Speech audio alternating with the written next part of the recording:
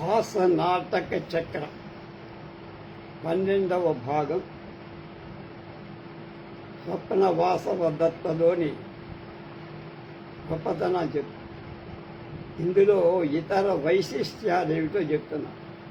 కథ అంతా మానవ సహజమైన చేష్టల మీద ఆధారపడి మానవ భూమికకు సంబంధించింది అవటం చేత మానవ ఉపయోగిత్వం ఎక్కువగా దీనిలోని సంఘటనలు సమర్థించటానికి ఏ నారదునో దివ్య పురుషుడినో ప్రవేశపెట్టాల్సిన అవసరం లేదు.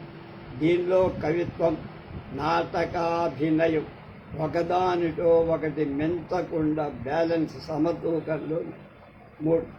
మొదటి అంకంలోని బ్రహ్మచారి వృత్తాంతం, 6వ అంకంలోని చిత్రపట వృత్తాంతం, పూర్తిగా చతుర్థాంక వృత్తాంతం కవికున్న అద్భుత కల్పనా శక్తిని స్పష్టీకరిస్తుంది. 4. వాసవదత్త మారు వేషంలో ఉన్నట్లు కల్పించి దాని ద్వారా భావావేశపూరితాలైన పరిస్థితులను సృష్టించి అత్యద్భుత నాటకీయ వక్రతకు డ్రమాటిక్ ఐరన్ అవకాశం కల్పించి వీటితో వాసవదత్త అణచిపెట్టుకున్న భావాలను ఒక్కసారి పెళ్ళుబికినట్టు పైకి వస్తాయి. కథలో అంతర్భాగంగా అక్కడక్కడ చక్కటి హాస్యము. దీని ప్రధానోద్దేశం భావ ఆవేశాన్ని తగ్గించి, అంతేకాని ఇది కథతో ఏమాత్రం సంబంధం లేకుండా హాస్యం కోసమే అన్నట్లు కూర్చిన హాస్యం మాత్రం కాదు. శిల్పంలో సంయమనం చూపబడి ప్రత్యభిజ్ఞా దృశ్యంలో విదూషకుణ్ణి ప్రవేశపెట్టకపోవడం దీనికి ఒక రాజుకు మిత్రుడే కదా అని అతన్ని కూడా అక్కడ ప్రవేశపెడితే అక్కడ తగిన కర్తవ్యం ఏం లేదు కనుక వాడు అజాగళ స్థానంలాగా అయిపోడు. ప్రారంభం నుండి చివరి దాకా మహోదాత్తమైన రీతిలో నడపటం భాసుడి యొక్క ఇతర రూపకాల కంటే స్వప్న వాసవ దత్తంలో ఉన్న విశిష్టం.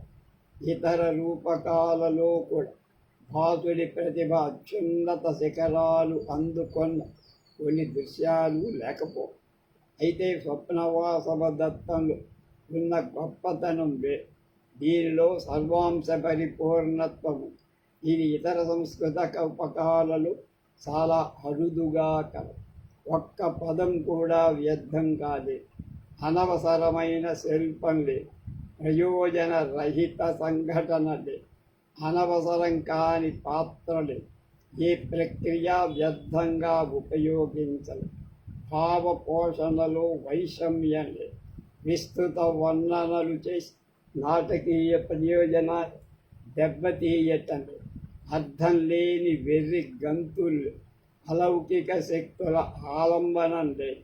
భావోద్రేకాన్ని నీరసం చేసి వేయటం లేదు. యథార్థానికి విఘాతం లేదు. మొత్తం నాటకంలో ఉన్న సామరస్యాన్ని విఘాతం కలిగించే ఒక్క దోషం కూడా దీనిలో చూపటానికి లేనే లేదు.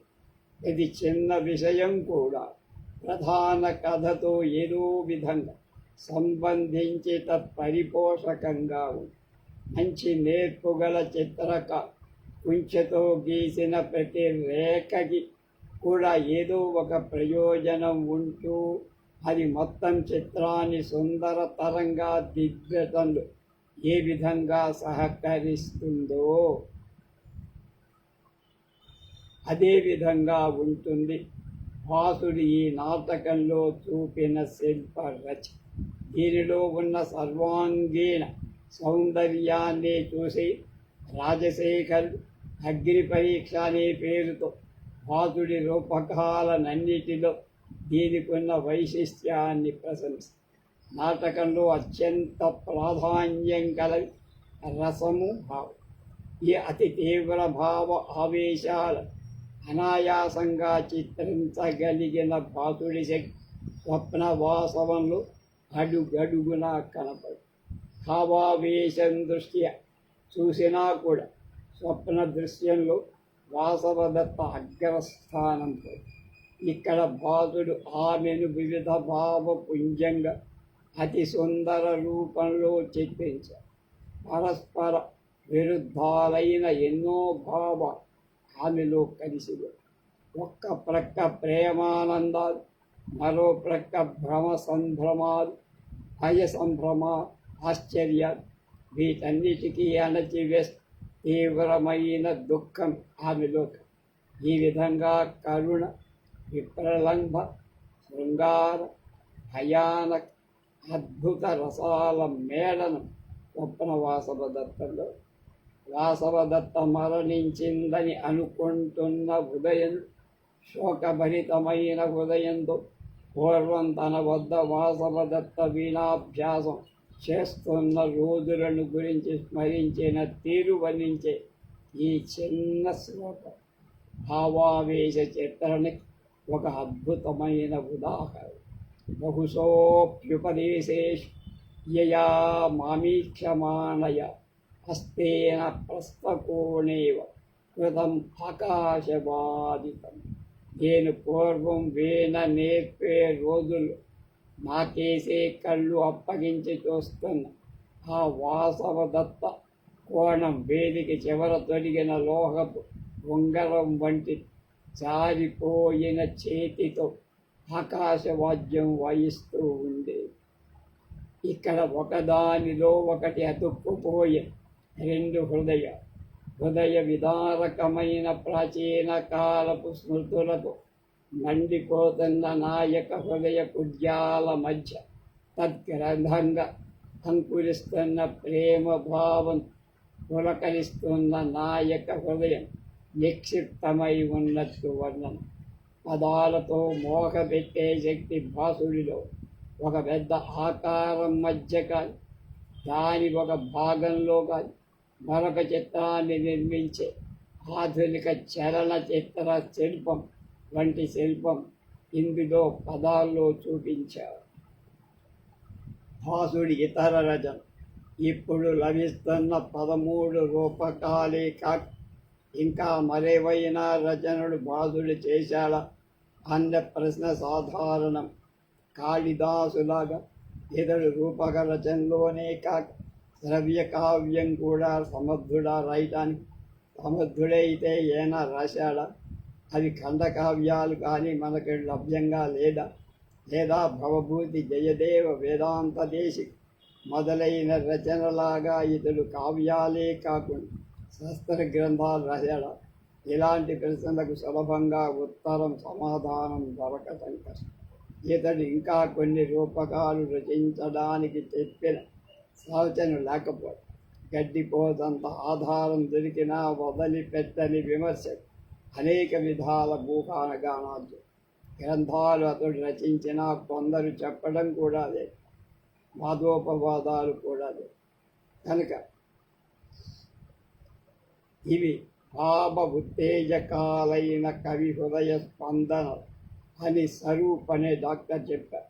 అయితే ఇవన్నీ భాసుడి శ్లోకాలేనా అనే విషయంలో అభిప్రాయం లేదు.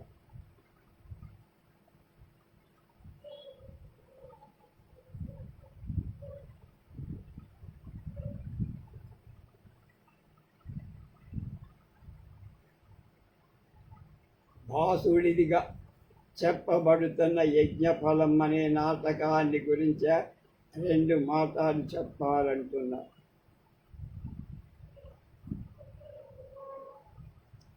రామాయణంలోని బాలకాండ కథ తీసుకొని 7 అంకాల్లో రచించిన ఈ నాటకాన్ని రాజవైద్య కాళిదాస శాస్త్రి 1911లో 41లో పరిచయం.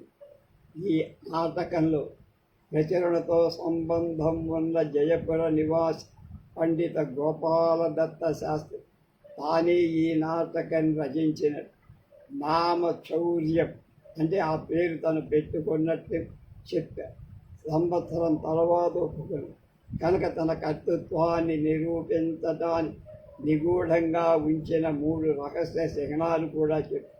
అయితే సంపాదకుడు మాత్రం 17వ శతాబ్దికి 19వ శతాబ్దికి చెందిన 2 లిఖిత గ్రంథాలు తన దగ్గర ఉన్నాయి.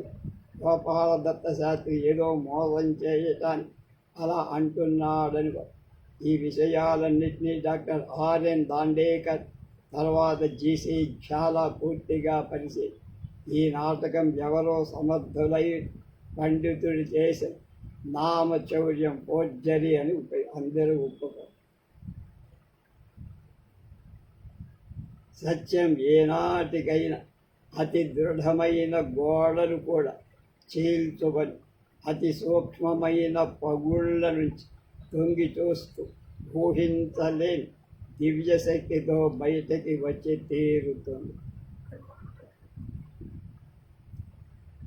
మూల్యాంక ఎస్టిమేషన్ రమ్యం జుగుప్సితముదారమధాపి నీచం ఉగ్రం ప్రసాది గగనం వికృతం చ వస్తు యద్వ్యాప్య వస్తు కవిభావన భావ్యమానం తన్నాస్తి అన్న రసముభావముపైతి దశరూపకంలో ధనించే లోకంలో రమ్యమైందైన జుగుప్సాకరమైంది అయిన ఉదారదమైన నీచమైందైన ఉగ్రమైందైన ప్రసన్నమైనదైన రహస్యమైంది స్పష్టమైందైన నిజంగా ఉన్నది అయిన లేనిదైన ఏదైనా కవుల భావనలో భావకుల సహృదయ భావనలో ప్రవేశించిందంటే అది రసంగా మారాల్సింది.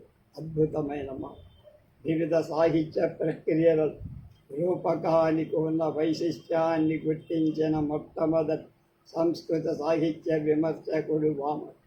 సందర్భాలలో రూపకం శ్రేష్టమైంది. ఎందుకంటే చిత్రపటంలో లాగా ఇందులో కూడా చిత్ర విచిత్రమై వైవిధ్యాలకు అవకాశం ఉందన్న. సందర్భేషు దశరూపకం శ్రేయ తద్ధి చిత్రం చిత్రపటవత్.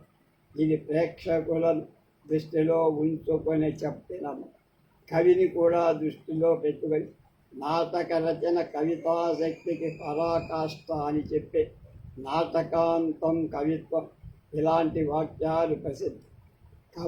శ్రవ్య కావ్యం కంటే దృశ్య కావ్యానికి గొప్పతనాన్ని ఈ వాక్యాలు చెప్పు.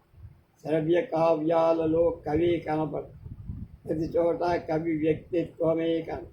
అయితే రూపకం సంగతి దీనిలో రచయిత దూరంగా నిలబడి వేర్వేరు కంఠస్వరాలకు పాత్రల చేత మాట్లాడిస్తారు.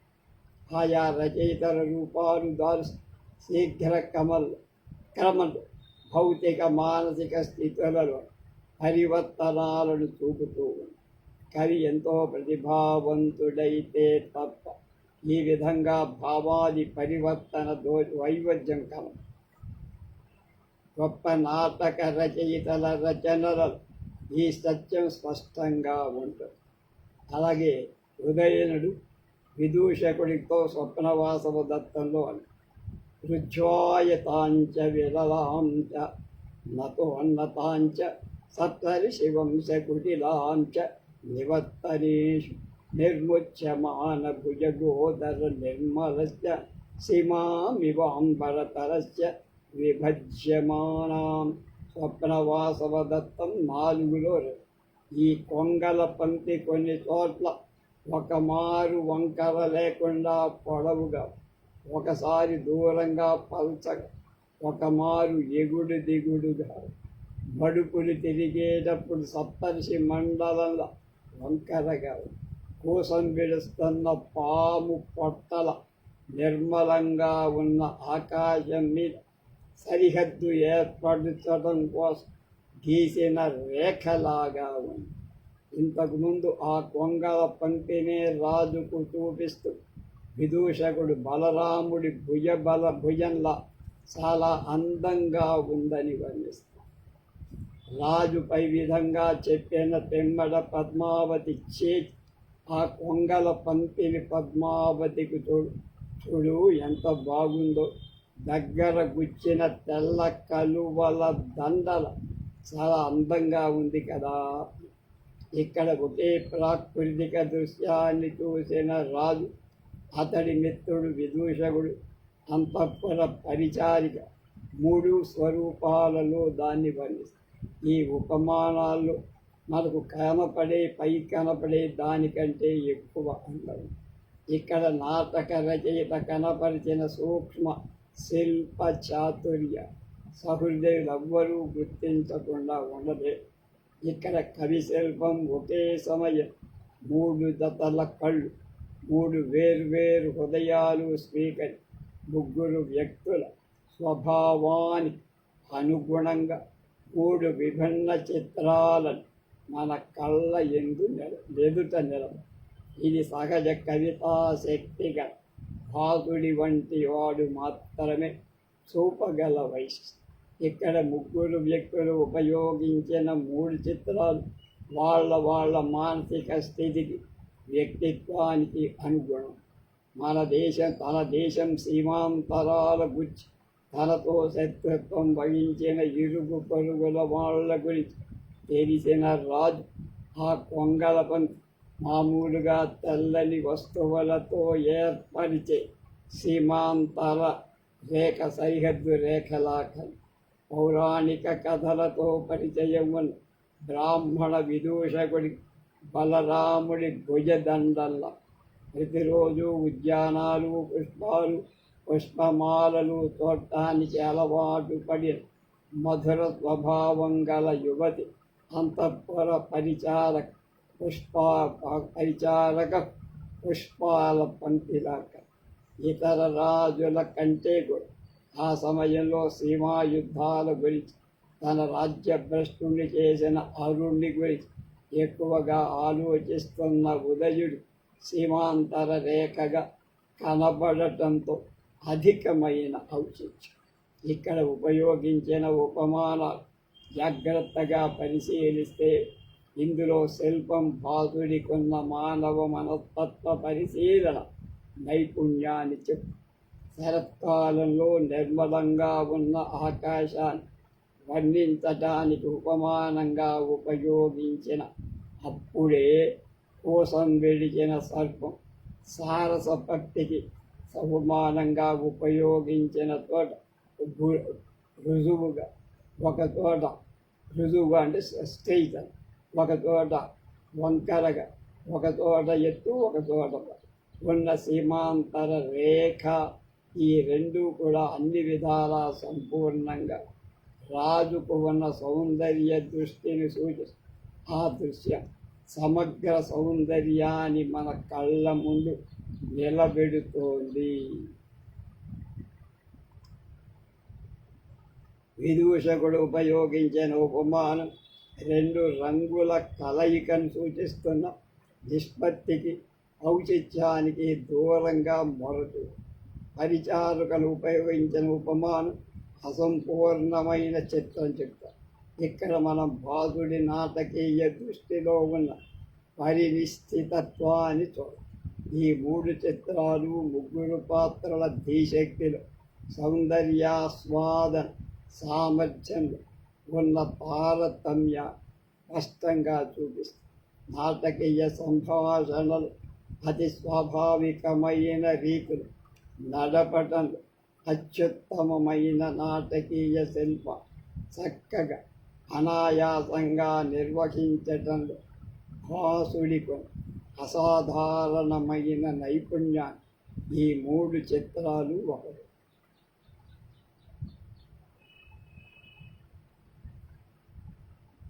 భాసుడి నాటకీయ శిల్పానికి సంబంధించిన వివరాలు మొదటి అధ్యాయంలో ఇచ్చిన 13 రూపకాల గురించి విమర్శకానా దృష్టితో భాసుడి నాటక శిల్ప నైపుణ్యాన్ని స్థూలంగా వివిధ దృక్కోణాల్లో చూసి, ఇక్కడ మనం వెనక చూడని అంశాలు.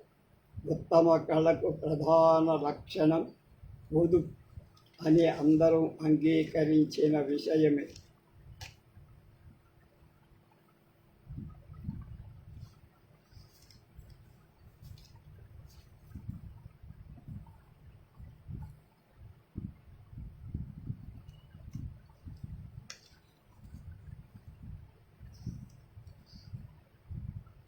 తీవ్రమైన భావావేశాన్ని సూచించడానికి భాసుడు తన రూపకాలలో అనేక ఘట్టాలు సాధనంగా ఉపయోగించిన మౌనం ఈ పొదుపుకు మంచి ఉదాహరణ.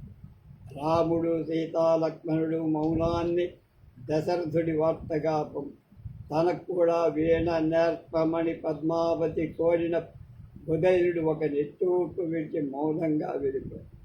దశరథుడు తనకు రాజ్యాభిషేకం చేస్తానని అన్నప్పుడు రాము ఏం మాట్లాడకుండా అతని పాదాల మీద మాటలాడటం రజతమయం అయితే మౌనం సువర్ణమయం అనే సామెత రూపకాల్లో కూడా యథార్థం అని భాసుడు ఈ ఘట్టాల్లో చూడు. కొన్ని చోట్ల మౌనానికి బదులు ఏకాక్షర పద ప్రయోగం కూడా ఎంతటి ప్రయోజనాన్ని సాధించే విధంగా చెయ్యడు. దీనికి ఉదాహరణ ప్రతిజ్ఞా యౌగంధరాయుడు మొదటిసారి తన ప్రత్యర్థిని చూసిన గంభీరంగా పలికిన భూ అనే ఒకే ఒక అక్షరం ఆ భవనాన్ని ప్రతిధ్వనింపచేసిన ఆ పదం వినగా అతడి ప్రత్యర్థి ఆశ్చర్యం అతడి మహత్వాన్ని గుర్తిస్తుంది. సంస్కృత అలంకార శాస్త్ర పరిభాషలో చెప్పాలంటే ఇవన్నీ పదానికి అద్భుతమైన ధ్వనికి ఉదాహరణ.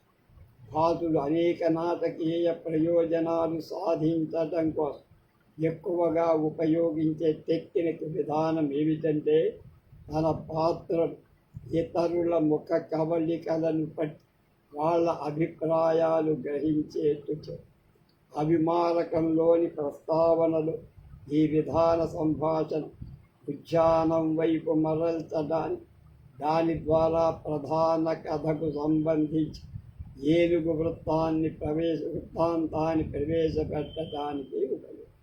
ప్రతిమా నాటకంలో మొదటంకంలో సంభాషణ అద్దం నుంచి అభిషేకం వైపు మరల్చట విధానం ఉపయోగం.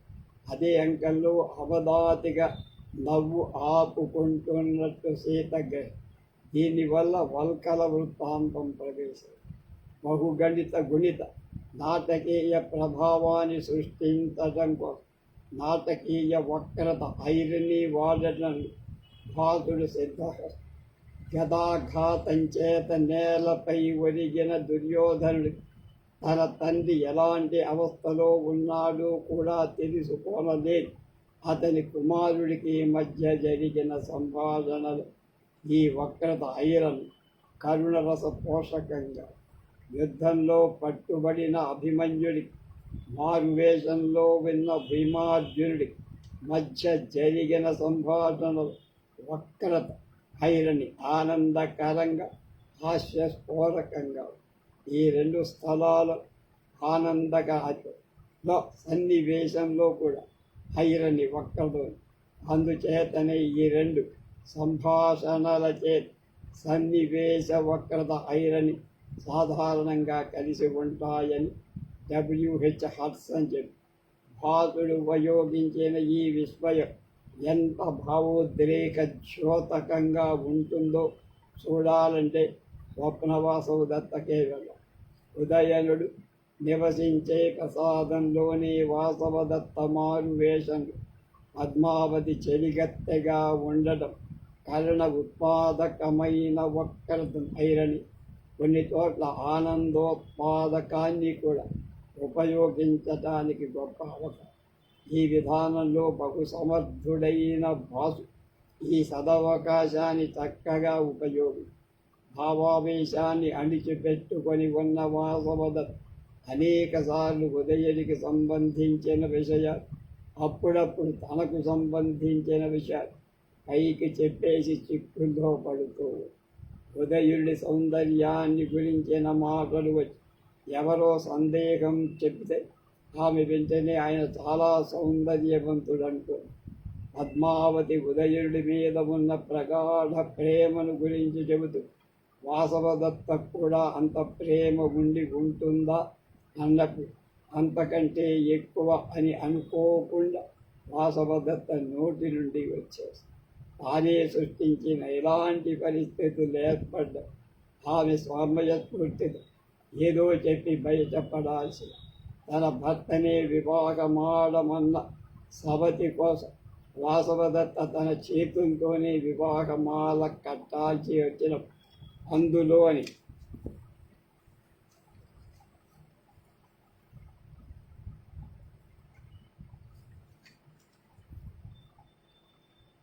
సవతిని అంటే తనను తొలగించే ఓషధిని ఆ మాలలో గుచ్చాల్సి వచ్చిన సన్నివేశగత వక్ర చరమస్థాయి పీకలు. ఆమె అప్రయత్నంగానే ఈ ఓషధిని గుచ్చాల్సిన పని లేదని ఎందుచేత అని పరిచారిక ప్రశ్నించినప్పుడు కొంచెం కంగారు పడ్డా. చివరికి అతని మొదటి భార్య ఎప్పుడో చచ్చిపోయి తొలగించడానికి సవతెవరు ఉంది అంది సమాధానం. రూపకానికి జీవితం రసం. భాసుడు తన రూపకాల్లో వివిధ కథావస్తువులను కోర్చడంచే వివిధ రసాల పోషణకు తగిన అవకాశం కూడా అతడికి లభించింది. వెనకటి అధ్యాయాల్లో కొన్ని ఉదాహరణలు చూశాం, ఇక్కడ మరికొన్ని.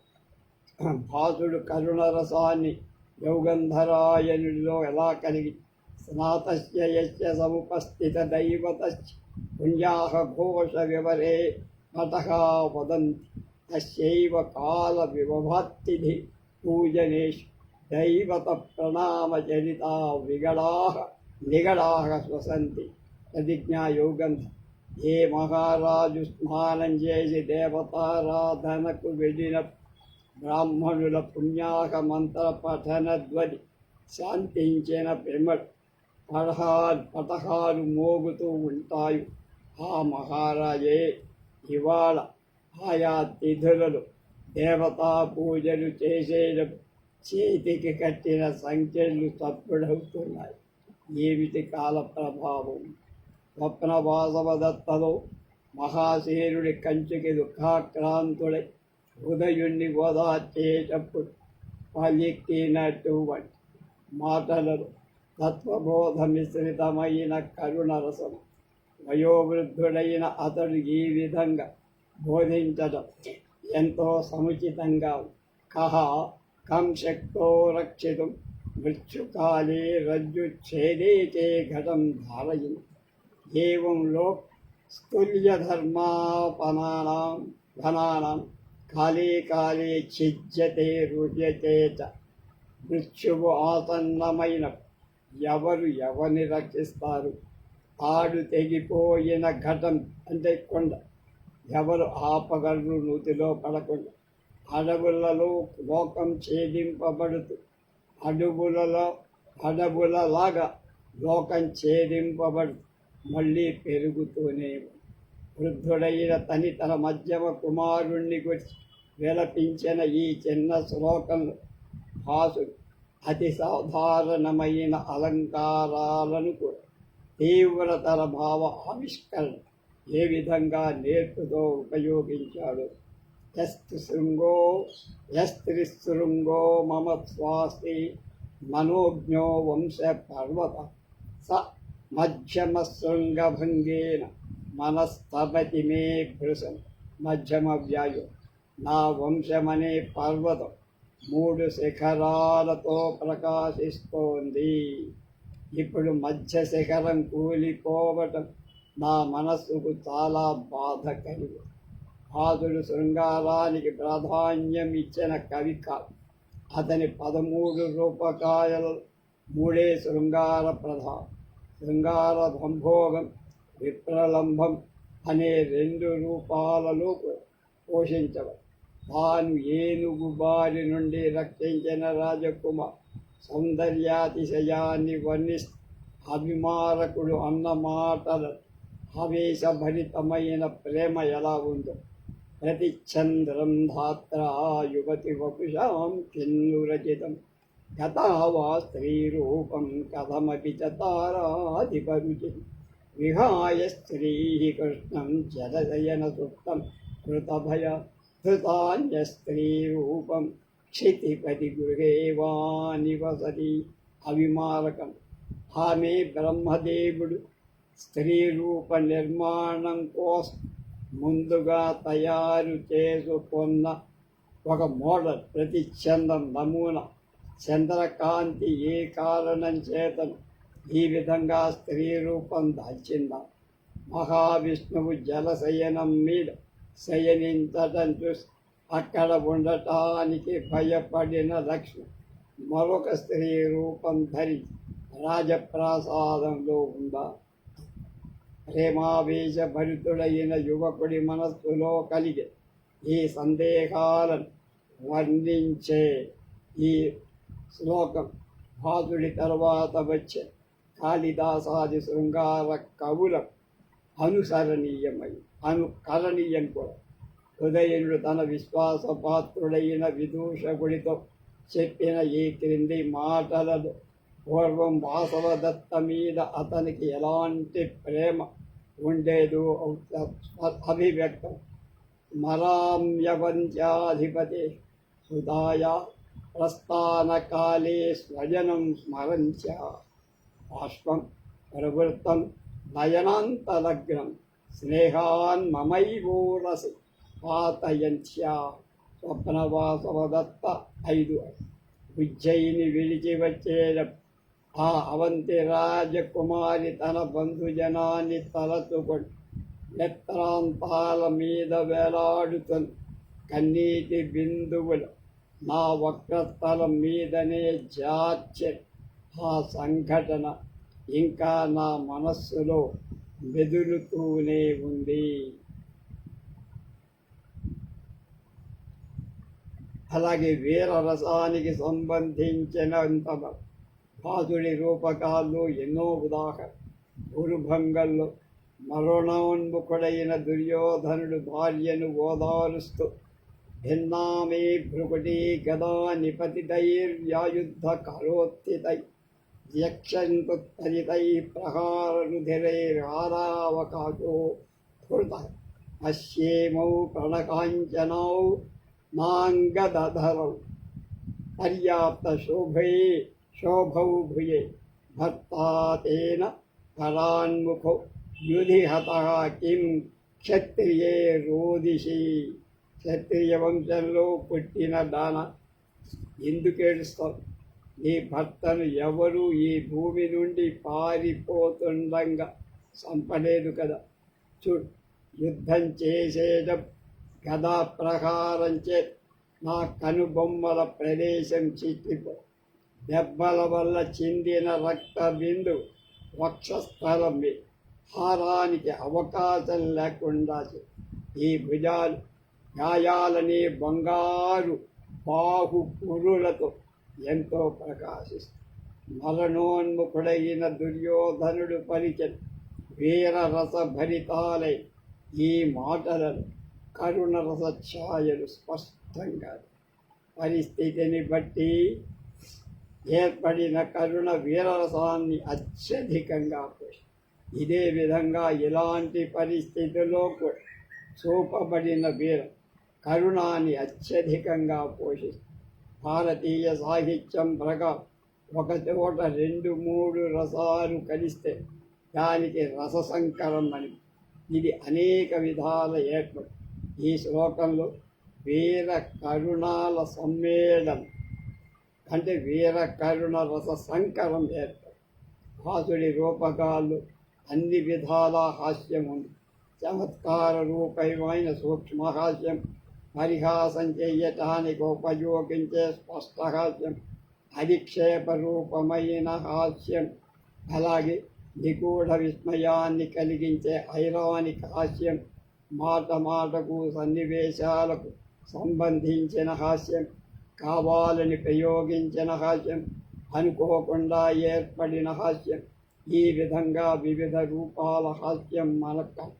భాసుడి విదూషకుల హాస్యం పతనావస్థా కాలానికి చెందిన రూపకాల విదూషకుల హాస్యంలా అసభ్యంగా కానీ హాస్యాస్పదంగా కానివ్వండి. స్వప్న వాసవదత్తంలో వసంతకుడు వాసవదత్త పద్మావతులలో నీకు ఎవరంటే ఎక్కువ ప్రేమ అని ఉదయుణ్ణి అడిగితే వీరిద్దరి సంభాషణ దగ్గరే చాటున ఉండి వాసవదత్త పద్మావతులు వింటారు. ఈ ప్రశ్నకు ఏదో విధంగా సమాధానం రాబట్టుకున్న తర్వాత తన వంతు వచ్చినప్పుడు వసంతకు ఏదో అసందర్భమైన సమాధానం చెప్పి తప్పించు. భాష రూపాల్లో ఇది చాలా మధురమైన సన్నివేశం. అభిమారకంలో కూడా ఇలాంటి 2 సన్నివేశాలు ఉన్నాయి. భోజనానికి నిమంత్రణ పొందడం కోసం సంతుష్టుడు మహాపండితుడవునట్టు అన్నట్టు నడిచి చివరికి అతడు విద్యాగంధ శూన్యుడి అని తెలిసిపోవటమే కాదు, అతడు అంతఃపుర పరిచారక చేతిలో ఓడిపోయి తన ఉంగరం కూడా పోగొట్టు మరొక చోట స్త్రీని అని చెప్పుకొని అంతఃపురంలోకి ప్రవేశిస్తే చారుదత్తంలో మైత్రేయుడు వసంతగా సంతుష్టుడు సంస్కృతక నాటక రంగ ఆనందమయం చేసిన ఉత్తమ హాస్య భాసుడు లేకపోతే ప్రపంచ నాటక రంగం హాస్యజనక పాత్రగా ఇతరులతో పోల్చదగిన మొత్తం సంస్కృత రూపక ప్రపంచంలో ఒక్క పాత్ర కూడా లభించి ఉండేది కాదు.